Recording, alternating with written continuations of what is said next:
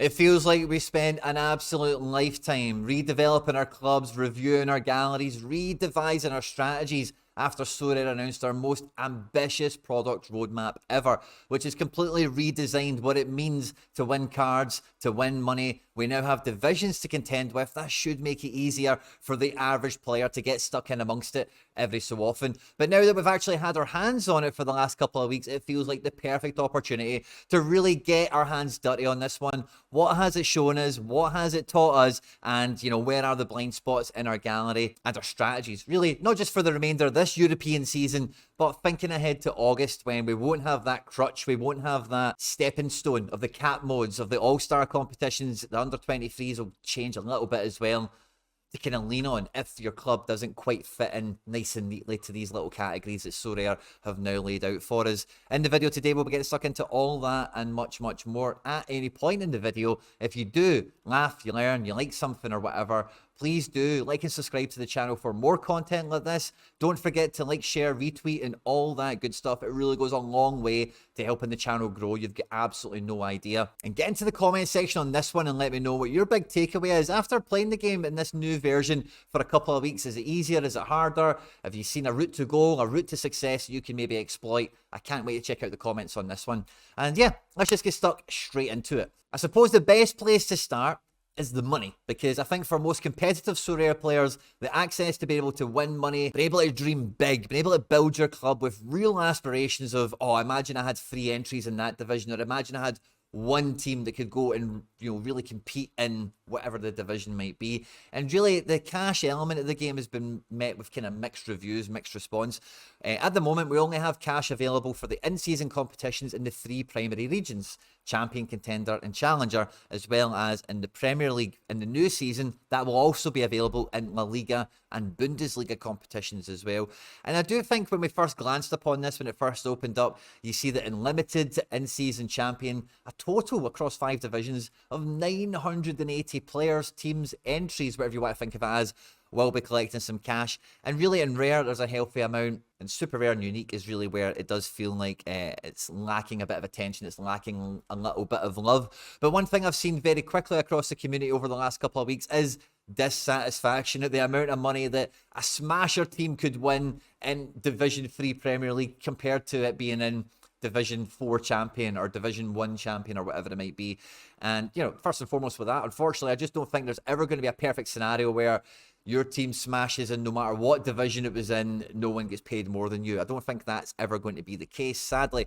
But part of the cash prize place pot that I feel is very undercooked in the super rare and in the upper end of the rares, like, it does really sadden me to see the limited amount of places and, really the meager sums of money that are attached to the higher end divisions in these competitions, because these competitions really should be the flagship, the flagship, the premier, the most prestigious competitions on Sorare. And how do you give them that glamour, that stardust, that cherry on top of the cake, is by putting a big bucket of money in them. Now, I have enough reason to be confident and believe that when we have the crutch of the old season or the old version stuff, all-star, cap modes, whatever, when we see them fully retire, I've got enough confidence that we'll see a nice increase, a nice uplift in limited and rare prize place pools, cash, etc. But I can't really say the same thing for super rare, because with an average kind of strength and quality of a super rare gallery like mine,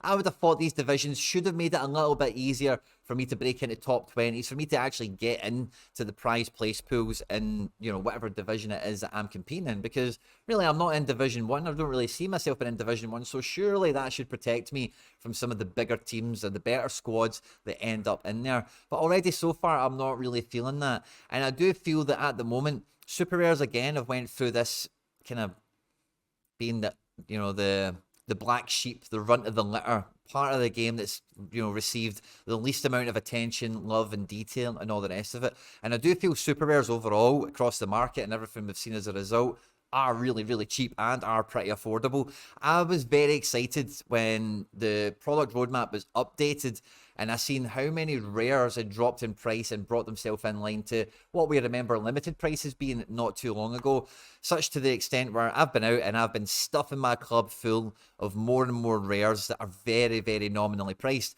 But now as I start to look around the market, I'm seeing lots of super rares that fall into that category of being super cheap. I managed to pick up an Angelino and a Hamari Traore for a combined fee less than I got this Yusuf in the Syrian a month earlier. So I do feel there's a lot of opportunities in this super rare market at the moment for people like myself to get an extra couple of pieces and really firm up whatever the gallery strategy is here. But that has a huge element of speculation attached to it, that the super rare prize pool will get a lot more beefy, will get a lot more love when the cap modes and when the all-star competitions, etc., do get fully retired. And for me, like running my Sorare club and trying to grow it and have it be as strong and everything else as it can be with the limited resources I've got, so often it's about taking one man's trash and turning it into your treasure. And I feel with super rares, again, I'm confronted with the same situation where it feels like compared to the rest of the leaderboard, compared to the rest of the prize pools, price per card, points per pound, you know, however you want to think of it as, super rares are probably the least value for money you're going to get around at the moment. But I don't think that Sorare are ignorant to that, and I think it could be very easily one of the, super rares. What I'm kind of getting at the moment is I think super rares are probably sitting in the most critical position in the marketplace right now, where come August, when we get all the new in-season competitions for Bundesliga, La Liga, Premier League, and the 3 primary regions, super rare prices could change very, very quickly, very dramatically, far more so than I could imagine it happening for rares, for uniques, or even for limiteds. So this is a strong part of the speculation I'm building into my gallery, that I think that the cash prize places, divisions, everything when it comes to super rare, rare and limited, I suppose, like I've mentioned already, I think will fall into this. We'll see more. We'll see either bigger sums of money in the prize places that are already displayed, or we might even see some divisions that get a longer tail payout. So I'm having a little bit of speculation around that, because to use rare as the kind of base example, because most players will either be playing with rares or imagining getting to playing with rares at one point. This is the real aspirational, you know, point for most people's clubs, is getting a strong rare contingent. And when you see that the top place here, that's at Division 2, $800, Division 3, $500, Division 4, $250. It's not really that exciting yet. Number 1, it's 2,200, but Division 1 is going to be an exclusive club. It's going to be really hard to get into, never mind actually winning. Most players are going to find themselves in Division 2, Division 3 more often than not. And really, like, this isn't tempting enough. This isn't exciting enough. For me, number 1, to buy more cards and go and play against. Number 2, for me to commit my best cards against. And number 3, for me to build my primary strategy around, this is the way I'm going to enjoy playing this game. Which probably segues us really nicely into, you know, what we've kind of seen and felt so far in the classic mode as well. Because these loot boxes or reward boxes, whatever we're going to call them, whatever we think of them as, I was saying this on the opening, you know, the unveiling of the new system we had on the channel a week or 2 ago, but every one of these boxes is just a new way to lose, you know, especially these ones where you're not actually picking up a card, you're just getting 2 boxes for finishing in the top 260, depending on what division you're in, or the top 460. These are just fancy losers, and maybe one of them, maybe 2 of them, or whatever, might get a little bit lucky. You might pull a tier 3, a tier 2, depending on what the box is. Now, the boxes are a lot of fun. The few I've opened, I've had a great time doing it. Sadly, no cards for me, but we've seen some amazing card wins throughout the community. Content creators and non-content creators. But the alternative of playing, like the conversation I see a lot of people getting into is, I will be a classic player, I will be an in-season player. And I've maintained, and I'll continue to maintain, you cannot be exclusively one or nor the other if you're playing this game seriously, competitively, professionally, full-time, part-time, you know, whatever you want to think of it as. Because the cards alone, like if you look at any region, really getting into tier 2s, like tier 2 and above is really where it gets exciting at rares, where it's a guy that plays, can score well, and probably has a good market value. There's just not that many of them guaranteed out. And subsequently in the boxes, we've got a 5% payout here. I actually find it feels difficult, more difficult to win cards in this current system because of the multi-entry system and because of how they've congregated all the leagues together into these, you know, kind of manufactured regions that we have. Now, maybe the first couple of weeks I've just not did that great with my rares, and maybe I'm open to having my mind changed on how easy it is to win cards, or what the likelihood of winning a lot of cards quite quickly is. Because if you are going to be a classic player, even if you're kidding yourself on, you're going to be a classic player, but even if you're not, everyone, when we get to August, is going to be playing in Classic with the view, with the target, with the objective of rapid card acquisition. Get new season cards into my club ASAP. And yeah, you might go out and buy some, but no one is intending on going out and buying every single one that they need next year. Everyone has some sort of card acquisition strategy built into, you know, what they're messing about with and what they're developing in their club. And for me, that's still what I am still trying to weigh up here, particularly in Contender, because I know I'm really, really strong there. I'm not getting anywhere near that level of strength in Challenger or Champion at rare level. So I'm using the Contender region as my guinea pig, as it were, because head count, scores acquired, etc. Contender is probably the most difficult region going on Sorare. So even though I've got quite a powerful stack here with Celtic or whatever, it should be a really good barometer on if you have like 3 lineups of good strength and depth and all the rest of it. You know, what kind of division should you get into? How many cards can you win over a weekend, over a month? The quality of them, will you use them? All these kind of things. So I think for me, in terms of winning cards, how easy it is, how good it can be, how quickly you can do it if you really put all your eggs in the card acquisition basket, I think still the jury is out. But again, I will kind of mirror that alongside what I was mentioning with the cash, that really, if you do look at the card commitment that we still have in All-Star and in the cap divisions, it is significant. You know, like there is a lot of cards, committed, guaranteed cards, not boxes, into these modes as well. And when they retire, where do they end up? Of course, they're going to end up in their regions. They'll end up in under 23 or the specific divisions, if it's Premier League, Bundesliga, or La Liga. So I do feel that that could get a little bit easier organically. But until I have some sort of case study in FC Barcelona showing what kind of level of strength and depth and quality is needed to be a success, to be a consistent D1, top-end D2 player, then I think, yeah, the jury is still out. And really, what kind of flavours, classic and in-season, that we've kind of ignored to this point in the video, which is probably the biggest part of all this that Sorare really need to iron out, is the divisions itself. Okay, now I'm not going to walk through every single division and show you like the head counts and how they've flowed over the last couple of weeks across limited, rare, super rare, whatever, because as you guys will know, in limited we've got 5 divisions, in rare we've got 4, and in super rare we've got 3. So again, like limited and rare are a much better example topic to look at rather than the super rares. And again, in the super rare, it probably doesn't even actually become that applicable. But in the rare, we've got 4 divisions. Okay, now everyone has their third team in the bottom division, where we're all ranked at the beginning, and after a few weeks we've had some promotions and some relegations. Okay, now what is happening, and what will continue to happen, and what will always happen in this system, is that we are going to get, I've been calling it a bathtub in my mind, because when I think about these divisions, okay, we've got division 1 to 4, and I'm thinking of it as like a pipe. You know, you start in the lower divisions, you build your team up, and you can, you know, swim upstream, as it were, you know, and you get going. What's going to happen, and what does happen, what is happening, is you get this kind of bathtub happen in the stream where it catches you, where your cards aren't good enough to get you any further, and you're going to slosh between promotion and relegation between a couple of different divisions. I think for rare, it's primarily going to be between, maybe for some of you guys, Division 3 and 4. Maybe for some of the better teams out here, Division 2 and 3. And for the elite teams, you're probably going to see them running between Division 1 and 2. And for me, for that bathtub element that is going to come into this divisional makeup, where it's a guaranteed percentage on promotion and relegation, by having that scalable promotion relegation framework, it is just going to give you this situation that we're discussing, the kind of the bathtub, the kind of catcher's net, where if you want to break out of it, you need to get exceptional scores that maybe your guys haven't been doing so far, or you need to go out and get better players that can bring those scores in that you're not currently getting to break you out of that bathtub and get you kind of up the division a bit further. Which, from a Sorare point of view, needing to go out and buying big, better, shinier cards, that's all good for them and all the rest of it, which is fine.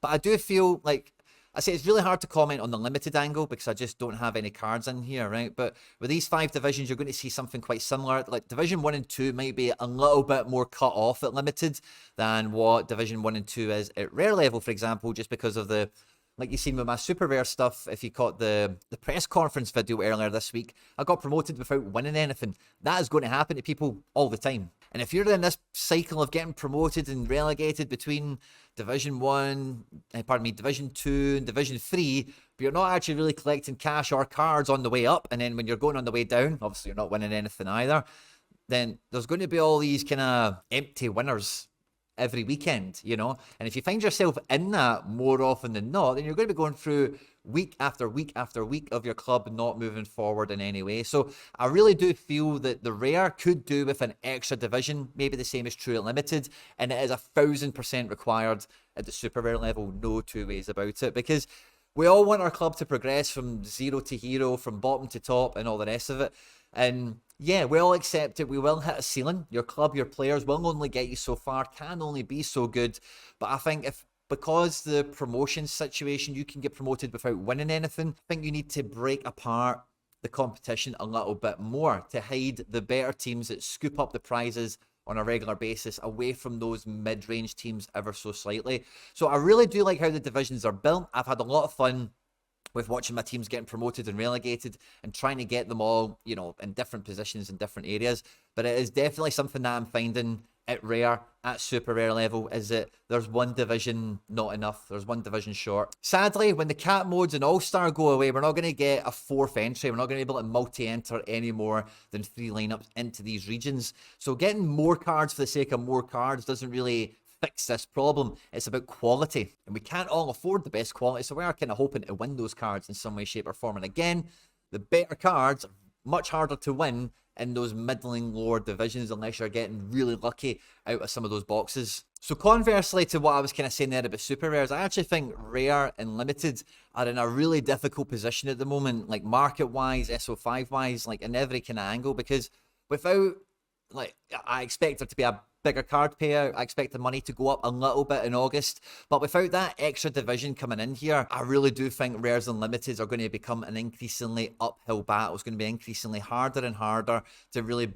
break through and win prizes on a regular basis. You're going to need high quality players. Of course, you're going to need to get good team selections on the go as well. But one thing I've been very vehemently championing, if I can say that, on the channel is the strength, the benefit, the edge that is now there. It is apparent for all to see, particularly in Classic, of course, for the collection game, for the collection bonus. And to give my own club here as a quick example, I'm now 3 seasons deep into Celtic, and I should be looking to get into 4 and 5% of them. And I've spoken about that enough in the channel, so you probably see where that's going to go in the end up. But what the common misconception with this is that in terms of like allocation of resources and, you know, what the value is, what you're actually going to get back for it, it's not about having a full collection so that you've got like all the guys in the club and you just play them all the time. Like I probably will be, of course, but it is making sure that the best players in the team get every absolute point available. When I look at this OG season collection for Celtic here, I'm looking at the main players that do feature, like the Kyogos, the Daiza Maedas, the McGregors, the Taylors, the Carter Vickers. It's those guys that I really want to have the 5%, and the rest of the guys might be maybe some sort of handcuff situation where, like, if Vickers was injured, I've got Welsh to come in at 5%, and then fine, I'm not missing a beat here. Same kind of thing with the goalkeepers if you're not unlucky enough to have a retiring goalkeeper like Celtic do in Joe Hart. But because we have multi-entry, you are going to want to have those multiples. You don't want to have a good Kyogo and a bad Kyogo. You're going to want them all on the same. And if he's got the best fixture, you're going to want to be able to pick him as often as possible. Now, I've did this in a very basic way of doing one team over 3 seasons. But as we know, you're not going to find smasher players in all positions in one club. You're probably going to need to have a little bit of a pick and mix around. And I think we've seen that already in the leaderboard, that the 5 smashers with all the little, you know, you captain the right guy, you've got good guys on XP bonuses here and there, you've got a collection bonus here. Those are the differences that will be made. And again, I'm quite happy with some of the tertiary collections I've got that are on 2%. Maybe I'll get the Leipzig one to 3%. But with instant buy now coming in, I really do feel, and again, you need to kind of proceed with caution on this one, because like we've mentioned earlier in this video, some of the unknown yet to be seens, particularly in the rare and the limited category, should be considered when looking at this. But now that we have instant buy available for rare, I'm just using Sociedad here because I have some cards, but picking up the meaningful pieces in collections has never been easier. Has it been cheaper? Sometimes the instant buy is a little bit of a rinse. You know, they're maybe taking a few extra quid off you, but you do get the first owner bonus with it. So there's a little bit of bang for buck depending on who you're looking at here. But it has never been easier to open up Sociedad and go, do you know what? There's 6 players in this club that I would see as useful next season. I might use them each 10, 15 times, whatever it might be. Depends on the fixture, fitness, and all the rest of it. And because you can now get first owner bonus on those 6 cards by instant buying, by going on auctions, it really has never been easier to go into Sociedad and get the 5 or 6 players you want. Get it to 3%, because that's really where you want your rares to be starting. 2% is fine, especially if it's a historical collection. But I think for the in-season ones now, and this is where I kind of started the video off, I guess, and I say this quite a lot these days, where I don't think you can be classic or in-season, because the in-season stuff you're buying now is going to be classic very quickly. And are you going to sell all of them to go full in-season again? Highly unlikely, especially if you are banking in this collection bonus with your in-season cards as you're building them up. And really, like, I'm talking about Sociedad here. You could look at Aston Villa, you could look at Brentford, you could look at Leverkusen, Werder Bremen, Wolfsburg, whatever champion Euro, whatever region, any team you want to think about. But you can now actually cherry pick the best pieces across a region, across a league, get 5 or 6 of them in on instant buy, and have that mosaic of a squad put together and really have it fit and firing. And I think there will be some people that really do laser in their purchases between now and August to that extent and will see the benefit of it. And, you know, a lot of us, or a lot of people probably won't. And then when they see these guys on the leaderboard that have, like, again, a 3% Leipzig collection, a 2% Valencia collection, a 3% this, a 5% that, and then no matter what combination of 3 teams they put out, they've got guys that are kicking and firing on the 12% to 13%. And you might be sitting there thinking, Quinny, you're not making a big deal out of an extra 1% or blah, blah, blah, or whatever. But what everyone misses with this, right, is if you've got, I think you need 75 points or more raw score to get excited about a player nowadays, okay? But when we're looking at the aggregate score combined for your captain and everything else of what it takes, right? If you've got a guy that can score 63, 58 on the regular, but can never ever break 75 plus 80, he's not got that much use in this new system beyond being in like your third team or anything like that. But if that guy can score 62, 63 points and has a 15% kicker on top, then they're breaking through 70 points, which you're not going to see on a Sorare data graph when you look at their average scores or their scores historically. But what that does do is then every other defender that scored 70 or 68 or something like that doesn't have that much of a percentage bonus. Your guy on 62 is now ahead of them. It's not going to make any difference when your guy scores 20. It's going to make very little difference when they score 40. But they will catch you up to better cards in the leaderboard. They will catch you up to more expensive clubs and more expensive galleries, more expensive lineups that are out there that haven't taken that care and attention with making sure that every player in their club, or as many players as possible, bring home every single point they can get. And I think from what I've seen already of these divisions, really, I don't think I've seen anything to deter me from that strategy. I think more and more so when I look at the leaderboards, when I look at the scores required, the makeup of teams, and how I see myself progressing, the collection bonus, high XP, we're getting power-ups out of all the boxes now. I only feel more and more sure that this is like a fundamental part and will become a fundamental part of all competitive squads and galleries that are out there. So for the remainder of the season, the last couple of game weeks that we've got going with the you know, this kind of halfway house that we've got with All-Star and Caps and the in and out season, I'm going to be toying, experimenting with as many different combinations of strategies as I can, without being too all over the place, because I want to have the best information. I want to have the best, you know, intel, data, results to look back on and try and weigh up pros and cons. You know, should I keep playing champion rare? Should I get contender super rares? Should I just go and buy a bucket of limiteds? You know, whatever the decisions are, I want to have all the information I need to make the best decision possible. And I think after the first couple of weeks, divisions need work. I need to see more money before I get excited about in-season. And like with cards, I guess that kind of comes back to the divisional aspect of it. But outside of that, I feel the preparation, the redesign, the redevelopment of the strategy of the club in preparation for this was on the right track, was in the right vein, is in the right vein, and I'm happy to continue accordingly for the foreseeable. Like I said at the beginning, guys, I'll be really interested and excited to catch the comment section on this one to see what your main takeaways are from the new system as we've found it so far, highs and lows and everything else in between. On screen and now some other stuff that I've made that YouTube thinks you might enjoy. Don't forget to subscribe for more content like this and hit the like button, and I will catch you on the next one. Take care. Bye-bye.